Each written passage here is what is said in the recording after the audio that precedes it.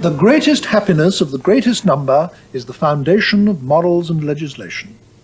That's the central assertion of the moral philosophy known as utilitarianism, which seems to me to be far and away the most influential moral philosophy in the society in which we in Britain live.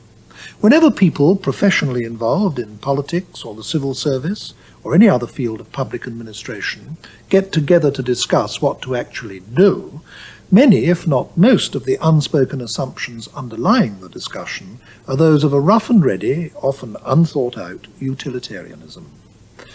Yet this philosophy is by no means contemporary in origin. Its basic principle was formulated by Francis Hutcheson 2.5 centuries ago, and was injected into the bloodstream of social thought 1.5 centuries ago by Jeremy Bentham. It was chiefly through the education system that Bentham and his followers, above all John Stuart Mill, influenced the thinking of an entire ruling class in this country in the second half of the 19th century. And that influence continues in our institutions down to this day. It's an outstanding example of how a philosophy, at first formulated and propagated by entirely theoretical writers, can become a practical, down-to-earth influence on the day-to-day lives of millions of us ordinary men and women. On the other hand, the support for utilitarianism is by no means universal. In social affairs, it's challenged by both the radical left and the radical right, and also seriously dissented from by a number of religious people. And in universities, it's coming more and more under attack from professional moral philosophers. I want to talk about this controversy later in the programme. But before I do, I want to put it in a wider context of moral philosophy in general. We have with us the Professor of Moral Philosophy at Oxford University, R.M. Hare.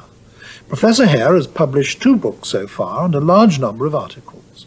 The books are The Language of Morals, published in 1952, and Freedom and Reason, published in 1963. But I want to go right back to the very basics of the subject and start there. Professor Hare, I think I'll do so by putting the most fundamental and simple question of all to you. What is moral philosophy? What's its field of concern? Well, it depends, of course, what you think philosophy is. And there are different views about this. I, myself, like to think of myself as, in the Socratic tradition, Socrates, right at the beginning of philosophy, got it going by saying that you mustn't discuss important and puzzling questions without studying the concepts in which they are posed. Moral philosophy is like this, and the concepts, in its case, are the moral concepts. For example, if you're discussing the question of what would be a fair wage for a certain job, Socrates would have said, and I would agree with him, that you really can't discuss this lucidly or adequately unless you study the concept fair and know what you mean by it. Well, what are the concepts, the moral concepts, that are most interesting or most fruitful to discuss and analyze from this point of view? Well, again, different people take different views about this. Iris Murdoch wrote a book called The Sovereignty of Good, indicating, I suppose, by her title, that she thought that good was the most important concept. Other people have thought that duty was. Other people have said, don't study those very general concepts, study more particular ones, like, for example, kindness or justice. I myself have concentrated in recent years mainly on the concept ought, because I think it's the simplest of the moral concepts, and also the most central. Because after all, we want to know, don't we, in the end, what we ought to do.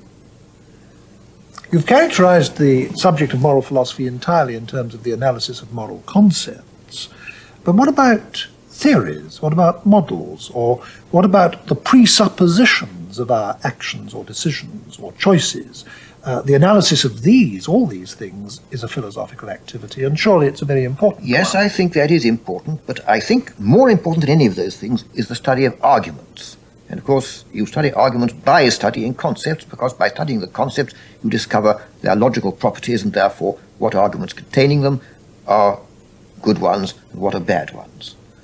But precisely what contribution can these activities, the analysis of concepts and the logic of moral arguments, What contribution does that make to the solution of practical problems? Well, could I put a question to you? How would you solve practical problems unless you knew which were good and which were bad arguments? And how would you know that if you didn't understand what the questions you were asking meant?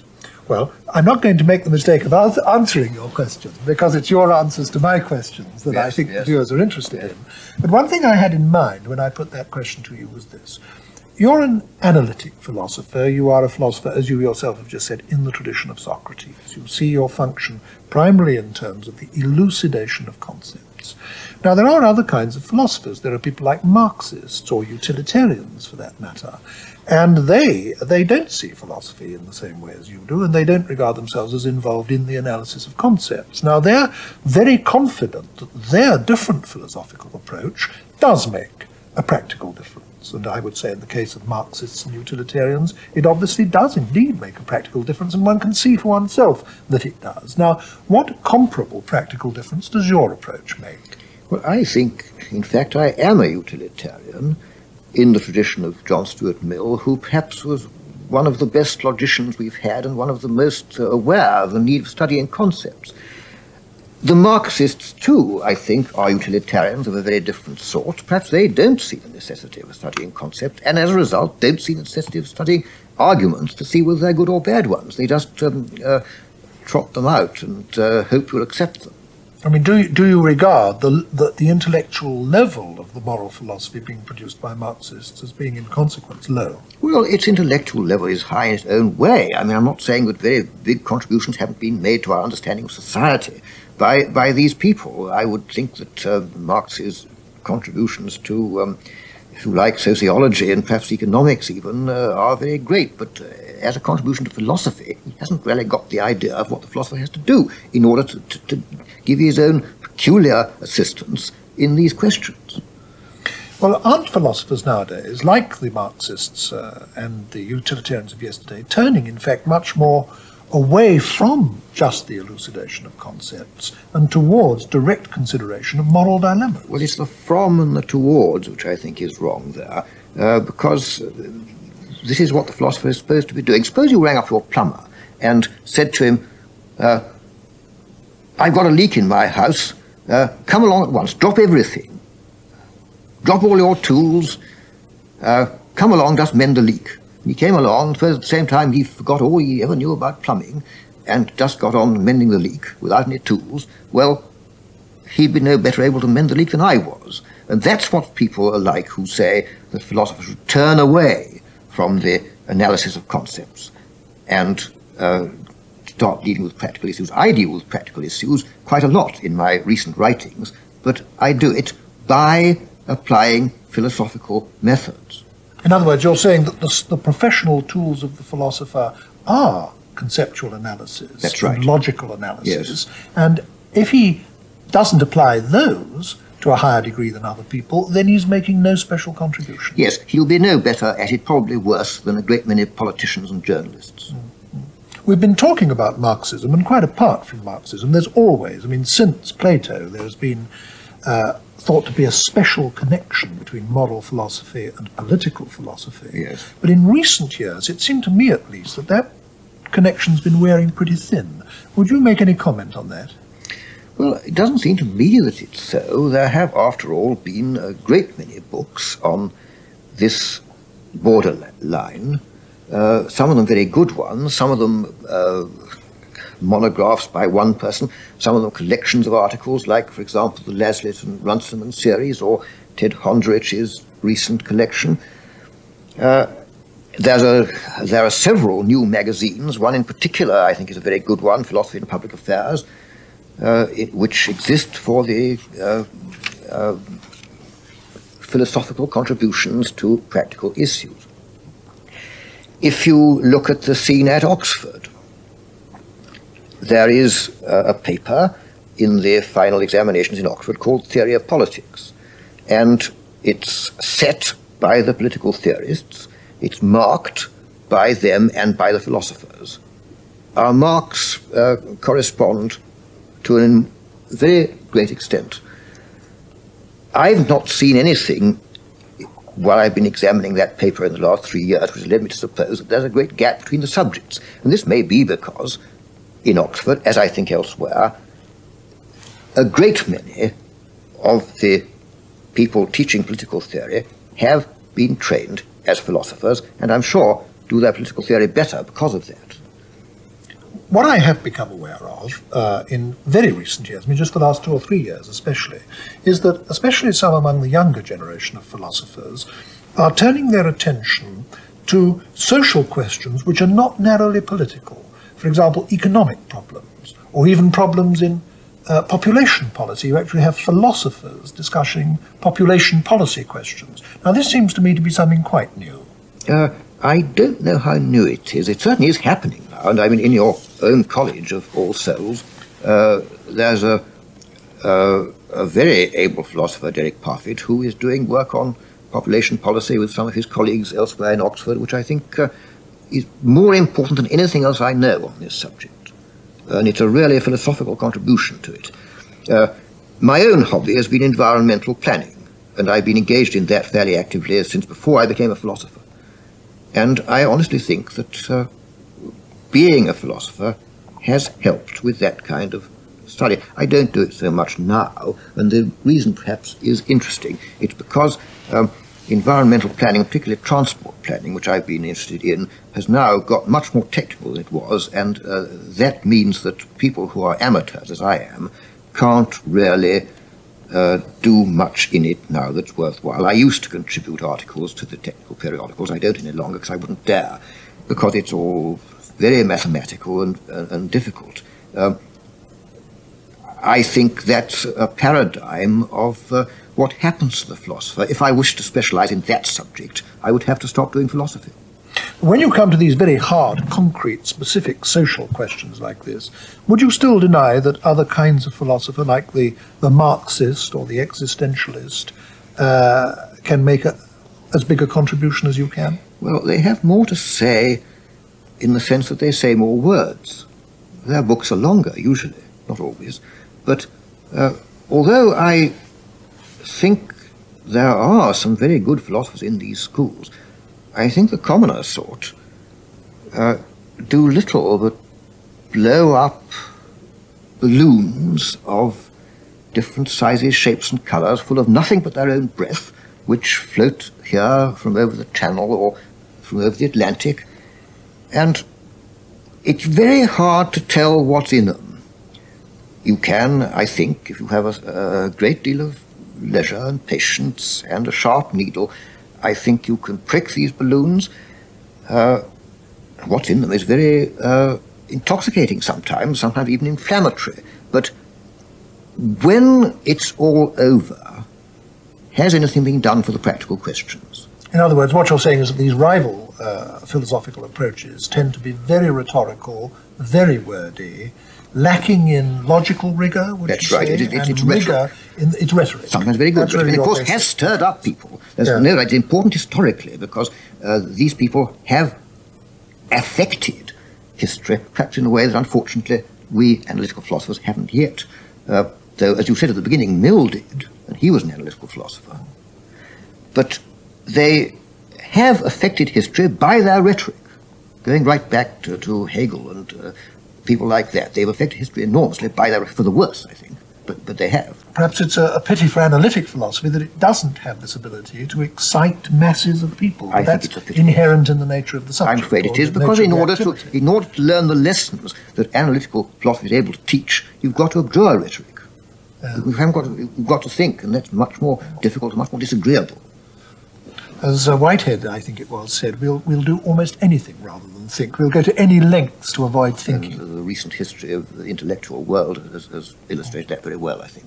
You've said that you're a utilitarian of sorts, but how do you answer the standard objection to utilitarianism, that because its standard is the greater happiness of the greater number, the most terrible things can be done in the name of this principle to minorities? I mean, there's one famous argument about if you have in a hospital somebody dying here for want of a kidney, somebody dying there for want of a kidney, somebody dying there for want of a good liver, and all these people could be saved by transplants, and you have walking into this hospital hospital, all unbeknowing, a perfectly well man who's come to visit a sick friend.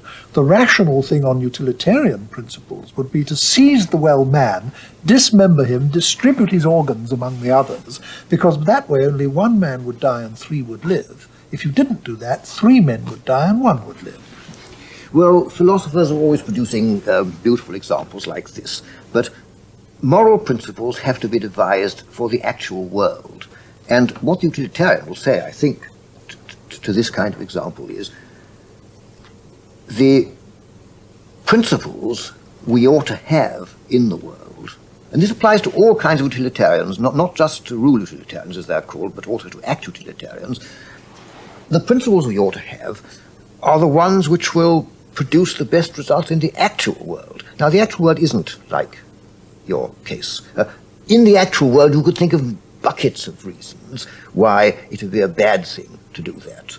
And one of the mistakes people make, one of the mistakes in that otherwise excellent book, I think, Nicholas Rescher's book called Unselfishness, is to suppose that a set of moral principles has got to be viable in any logically possible world. It's not so. These fantastic cases are rarely irrelevant to the choice of practical principles.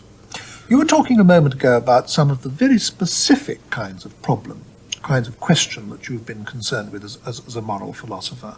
And it's clear from what you say that moral philosophy is an essentially hybrid subject. That is to say, it's a mixture of concerns, some of which are factual, or as the philosopher would say, empirical, and some of which are analytic, or the philosopher might say, a priori.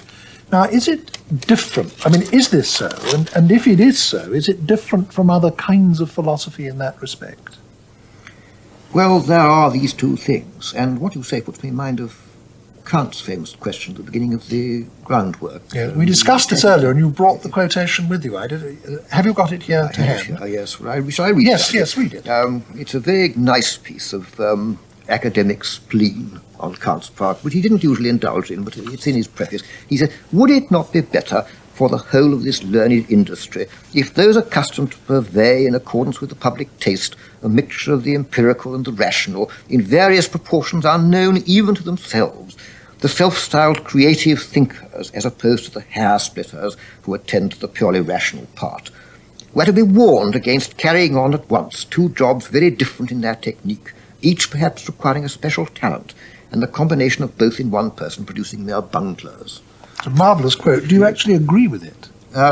Well, Kant goes on to say that at any rate, he isn't going to argue this point, but at any rate, one's got to distinguish the 2 kinds of activity and know when one's doing one and when one's doing the other. When one's considering factual questions, yes. and when one's considering Yes, analytic questions. And I think, actually, what's wrong with the continental schools, on the whole, is that they don't know this. They mix up the 2 all the time. They're creative thinkers, as Kant calls them. Yes, or rhetoricians, as you call them. I don't know what, yes.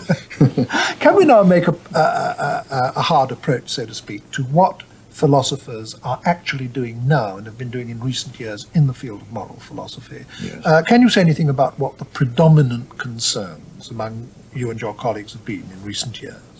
Well, I think there's no doubt about it in the analytical school. Anybody would say that it is the discussion of the derivability from factual premises of evaluative conclusions. Can you get values from facts? Can you get an ought from an is?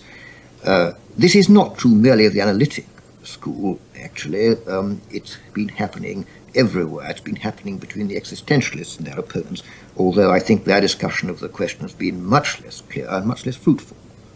When you say, can you get an ought from an is, this is such a tricky question, and yet such a fundamental one, that perhaps you'll forgive me if I try and clarify it a little bit. I think the idea is, isn't it, that from no set of facts does any moral judgment or value judgment or decision or policy necessarily follow.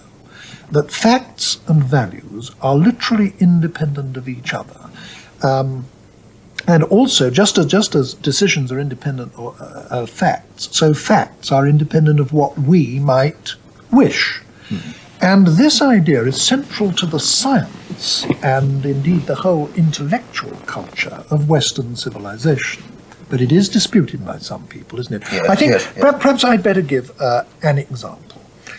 I'm quite sure that it would be contrary to what you and I would both like to believe if some scientists actually succeeded in proving that some group or groups of human beings are genetically less well endowed intellectually than others. It would be upsetting to discover that this was so. But if it's a fact, then it is a fact, and it's a fact independent of our wishes, and we must accept it as a fact and not deny it, or still less try and suppress it or prevent the scientists from publishing or lecturing or whatever it might be. Yes. In other words, the facts are independent of our wishes. But at the same time, no necessary social policy would follow from those facts. Some people might say, well, if this group is born less intelligent than other people, society needs to devote less of its resources on educating them. But others might say, no, on the contrary, if they're born less intelligent than other people, society needs to devote more of its resources to educating them. In other words, it's entirely open to people what policy decisions they make about the same facts. That's a very good example to illustrate the point. Now, this notion, as I say, is fundamental to science and fundamental to sociology. Sociologists in recent years have been trying to do what they call a value-free sociology, get the values separated from the facts. But some people dispute this, and in particular some moral philosophers in recent years have disputed that fact and value are as separate as Western science for the last 300 or 400 years has maintained. Which side of the dispute are you on? Well, clearly, I believe that I'm on the same side I think you are, that the two are separate. But of course, I don't mean by that, as some people have taken one to mean when one says that the facts are not relevant to the evaluative questions. Of course, when we are trying to decide a question of value, or for that matter, trying to decide what to do, we are deciding between two concrete alternatives, and what the alternatives are depends on the facts. What I mean is that, suppose in your case, you're trying to decide whether you ought to give the people who of supposedly inferior intellectual abilities more or less education. It's going to depend, isn't it, on what you'd be doing if you did either of these two things, and that depends on the consequences of doing it, and that's what you're choosing between. So if I ask, ought I to give them more or ought I to give them less, the expression give them more and give them less has to be unpacked by appeal to a great many facts about the consequences of doing this. What this actually means in the concrete reality of the situation. And nobody, so far as I know, who maintains the fact-value distinction wants to maintain that you can't use facts in that way in order to, in your moral arguments. But there are, aren't there, philosophers who want to maintain that somehow values are all mixed up with facts at the end of the road? There are. I don't think we shall have time to discuss this, but may I say that I've never seen any good argument for this view. Well, what convinces me that it's wrong, and I would suspect you would agree with this, is that the people who maintain that you can derive value statements from statements of fact have never actually succeeded in doing so. I mean, none of them have shown us an example in which they've succeeded. No, I think that's right, and it's true of my colleagues, the moral philosophers, and also, I think, of others. Well, now, who would you say are the main philosophers working at the moment who disagree with you about this kind of issue? Well, there are some figures in the analytical philosophical world who perhaps wouldn't be so well known to listeners, but one thinks of important moral philosophers who would be influenced by this view, like, for example, John Rawls. Now, I'm pretty sure... The professor at Harvard, the that's American, right, yes. Jack Rawls. He has written a book which has been very much admired about justice. And I'm as certain as can be that he belongs to the opposite side of this controversy from us. That he does think that statements of value can be derived from statements of fact. But if you look at his book and ask, does he ever employ such an argument of a deductive kind which is valid in order to show the truth of some moral conclusion given use some factual premises. I don't think he does. I think what he does instead is to appeal to intuitions, to make statements with which he hopes that we will agree, and of course, a very large number of people will agree, because we've been brought up that way, we have those prejudices, we share Rawls's intuitions, and that's what he hopes. But as an argument, it doesn't really hold together. Can you give an example of him doing this? Well, I think I should like to set the thing in its wider context. He's talking primarily about distributive justice, and there have been several important books about that question recently, notably Rawls's book and also Robert Nozick's book. Nozick's book is what? Anarchy, it's called State, Anarchy, and State, and Utopia. Utopia. That's And right. he, of Yes. course, is also a professor at Harvard. He's also a professor at Harvard, too. And it's curious that people with such a similar background who produce books with such very different conclusions. Both of these people, so far as I can see, appeal to intuition, largely. They appeal to what they hope their readers will agree with. And they reach almost opposite conclusions. Not quite opposite, because one has to take perhaps into account the egalitarians as a third party, and there are many of them, and they say that goods in society ought to be distributed equally if you can possibly do it. I mean, there are various qualifications to be made this, but by and large, unless there's some imperative necessity, you ought to distribute goods in society equally. Nozick is the opposite pole from this. He says that we have a right of liberty to exchange our goods with each other, provided the actual exchange is a fair one, until, if it so happens, enormous inequalities are produced. Rawls falls somewhere in between these two views. He thinks that the just system is one which gives the most to those who have the least, that's to say, who does the best for the least advantaged people in society, and he seems to think it doesn't frightfully matter what happens to the rest. So you have these three positions, and the funny thing is that there doesn't seem to be any argument of the sort deployed in their books which would settle the issue, because all they can do is appeal to their own and their readers' intuitions, which of course will vary according to what political side you're on. Well, then, of course, the $64,000 question is, how does one choose or adjudicate, as you say, between wholly different approaches like that? Well, I think, to be fair to Rawls, he has got a way of moral thinking which, if he were content to use it and not to rely at every turn on intuition, he might be able to do something. And I think it's very similar, in fact, in its logical properties to ways of moral reasoning which I myself have advocated. And this similarity has been drawn attention to by, for example, Bryan Magee in his book. And I think that if Rawls had only employed, as it were, the logic implicit in his system and abjured intuitions, he really could have done much better. The reason he didn't, I think, one of the reasons, is that if he had done that, he would have ended up as some kind of utilitarian, because there's no doubt in my mind at all that the logic of his system can be used to establish utilitarianism. His intuitions told him he mustn't be a utilitarian. Now, so he didn't rely on the logic, he relied on the intuitions. Now, you've made the point very, very well and very clearly that it's no good basing a moral approach on intuition, because different people have different intuitions. But does that mean that you reject intuition? Do you think we ought to, as it were, try and push aside or overcome or ignore our intuitions? Because we've certainly got intuitions. No, I don't think that, not for a moment. Intuitions are very important, but they're not the only thing. We have the intuitions we have because, well, we've grown up that way, brought up by our parents and by circumstances to have certain dispositions of character, and also dispositions to call things right and call things wrong. And we couldn't do without them, because we can't think every moral question that confronts us out ab initio.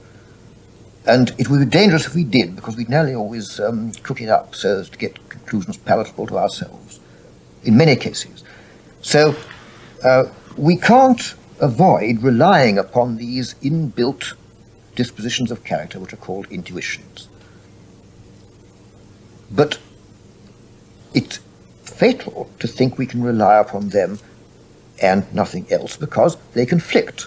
Yours may conflict with mine conflict with each other.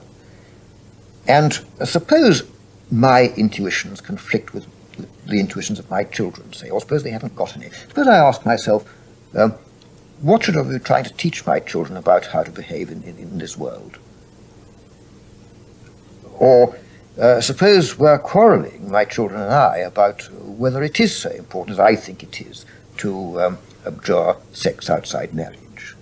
Well, they've been convinced, say, by their contemporaries or by others of my generation, that it's quite all right. And that's their intuition. I may think that it's wrong. Well, how do we go from there? We need some higher level of moral thinking, rational, critical moral thought, which will tell us what intuitions we ought to have and which we ought to discard. If you reject intuition as a way of deciding between incompatible arguments, and you don't believe, as you've made it clear that you don't believe, that moral judgments can be derived from facts, what place does that leave for reason in moral matters? I mean, what role is there for argument to play if you've ruled those things Well, out? I'd like to take this, if I may, in stages, because I think that argument can help here, and can help much more than it's helped so far. But let's take the first stage. The first stage is that, as I've implied earlier, logic is employed to clarify the concepts which are used in these controversies, like the concept fair or just, and to elucidate their logical properties. That's the first stage. The second stage is this. Once you have clarified these concepts, you will be able to tell one sort of question from another. Now, all these political and moral questions, they come to us as an amalgam or a mélange of all kinds of different questions. You have, first of all, plain, ordinary questions of fact, about the prediction of the consequences of certain actions, certain policies. Then you have logical questions about the nature of the concepts. And people, of course, do get very much at cross purposes through not studying those questions enough. And lastly, I think, you have questions of value, which don't belong to either of those two classes, and they have no doubt to be dealt with separately. Now, the second contribution of the philosopher is to take all these different classes of questions apart and say that the factual ones can be settled by the methods of empirical investigation, and the logical ones can be settled and sorted out, elucidated by the methods of philosophical logic. And that leaves you with the evaluative questions, which, when you've got rid of the rest, may be, in fact, easier of solution. But that, of course, depends on your view about moral philosophy. But how can you apply logic to these purely value questions? That really is the most important question in moral philosophy at the present time, as it has always been. And it's been most important to get it separate from the others. That's what I've been trying to do all this time, to get it free from the interference of these other questions. And you ask me, quite rightly, how can logic help? Well, if my views are correct about the nature of the moral concepts, then I think logic can help. And that's, of course, a very important claim. But I think that if I'm right about the logical character of the moral concepts, then there is a way forward in answering these questions. My views, do you want me to tell you about my views? My views, in a way, are very similar to Kant's, though I hesitate to say that because I'm never entirely sure what exactly Kant is saying. He is such a very obscure writer. But what I want to say about the moral concepts is that they have two properties which together suffice to produce a logic for moral argument. The first is the one which philosophers called universalizability, which means roughly that any judgment, any moral judgment I make about a case, I must make about any precisely similar case. The second property which I think moral judgments have is the one called prescriptivity, which says that moral judgments of the central kind, of course there are other moral judgments to which it doesn't apply, but central and typical moral judgments have a bearing on our actions. If we believe them, then we will act in accordance with them. Now I think that those two properties by themselves do suffice to generate a logic which can really help with moral arguments. You're now beginning to talk as if moral philosophy is a branch of logic, or at least is in one of its aspects a branch of logic. Well, I think it is. We've stressed most of all in our discussion so far the importance of logic in moral argument and moral discussion, but I'd like you now to say a little more about the importance of the factual element in all this. Well, the essential thing is that it is the facts, as I did say before, which determine between what you're choosing. I mean, if I'm wondering whether to do something or not to do it, then what makes the difference is that if I do it, I'll be doing so and so and so and so, and if I don't do it, I'll be doing something else. And that is what makes it a choice. That's what makes the difference between doing one and doing the other. And of course, that's what I'm making my moral judgment about. So of course, I have to take account of the facts. Can you give any examples of factual considerations which you think ought to actually affect our choice of moral principles? Take the question as to whether you should fight in wars. That's a good example.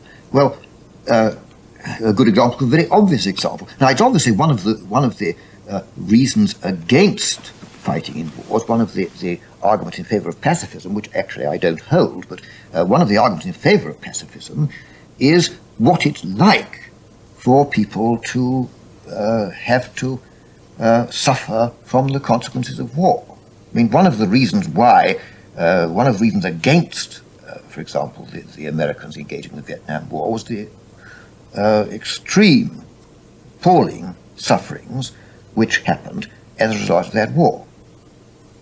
That's an example. Now, if the Americans or anybody else had a principle which required them to do that kind of thing, then that was something against that principle. Of course, there might be other reasons why they ought to have done it all the same. I think there was in the case of our own war in 1939. I think that although the war brought enormous sufferings, probably it would have been worse if we hadn't engaged in it. But you have to look at those facts in order to tell what principles are the ones you should adopt. And I wouldn't adopt an absolutely rigid pacifist principle, because I think the consequences of everybody having such a principle would be much worse than the consequences of having the principles I do in fact have, which do allow me to fight in certain wars. We've covered a lot of ground in this discussion, Professor Hare. We've talked about the role of logic in moral arguments, about the role of factual considerations, the role of intuition, the somewhat complicated ways in which these are interrelated with each other. I think it would be very interesting to finish the discussion by now looking at some of your own work in the light of these manifold considerations that have arisen. You said, I think right at the beginning of the discussion, you raised the question of what constitutes a fair wage. Yes. And you said this is something that interested you. You contrasted your views on some social questions with those of other philosophers like Rawls and Nozick, you mentioned. Can you now tell us, using as a specific example your own work on a particular concept, tell us something about how you go about investigating a concept like this as a philosopher? Well, that's really the best example of all, I think, because it's so topical now and so important, and our society maybe is going to fall to pieces for lack of philosophical understanding. And I do think that philosophers can, if only people would listen to them, help with these questions. Well, you have the old age pensioner who thinks it's wrong, unfair, if they're going to die of hypothermia because the price of fuel has gone up so much. And you have the miners who think it's wrong that they can't get more wages because they think they deserve them, that it's unfair for them not to have more wages. Well, now, how does one set about answering a question like this? On my view, one sets about it by asking, what are the principles of justice, of fair distribution of goods in society, whose acceptance by society would be the best, on the whole, for the people in that society? Now, if we could find a set of principles of fair distribution which would be accepted by society and would distribute goods in such a way that it was for the best for the people of that society taken as a whole, then we'd be out of all our troubles. And I think that if you understand that it isn't a question just of nailing your flag to some conception of fairness which you've learnt, say, from your compeers or something you've seen in the newspapers. And people, of course, do, they stick up for their rights and they think it's obvious to them what rights they have. And they nail their flag to these rights, to these conceptions of fairness, and that's why we come to blows with each other. Now, if we could, instead of doing that, ask ourselves, what conception of fairness ought we to have? What conception of fairness would it be best for us to have in society? It's conceivable we might agree. Now, how do you pursue the search? How do you, as a philosopher, start setting about trying to find an answer to your own question? Well, of course, I may have to hand over this point to other disciplines, because the philosopher can only say, this is the question which you want to address yourself. I think I put the question in a new way. I think I've explained what it is you've got to find, what you're looking for, and it is for people such as, for example, economists and social scientists generally, to look for possible solutions. But I think that they, even these extremely able men, sometimes don't find the solutions because they're not absolutely clear about what they're looking for. And this is really what the philosopher has to help with. Do you sometimes feel as a philosopher that the people in these other spheres, the politicians, for example, yes, don't take sufficient note of the kind of clarification of the issues or the concepts involved or the arguments used that you and your fellow philosophers are providing? Well, I think some of them do and some of them don't, because of course there are some philosophically sophisticated politicians like yourself. But I do think that in the current discussion of questions like this, you will find words like fair, right, just, and such concepts used, even sometimes by philosophers, as if it was obvious what was fair or what was right. You didn't have to ask yourself whether your own intuitions about fairness ought to be called into question. And I think if people would question their intuitions or call them prejudices about what's fair and what's right a little bit more, and try to understand other people's intuitions and prejudices, then there will be more chance of us reaching agreement with one another. And central to your whole view is that this mutual understanding depends not only on sympathy or compassion, but also the application of reason to moral questions. This is right, yes, yes. Thank you very much, Professor Hare.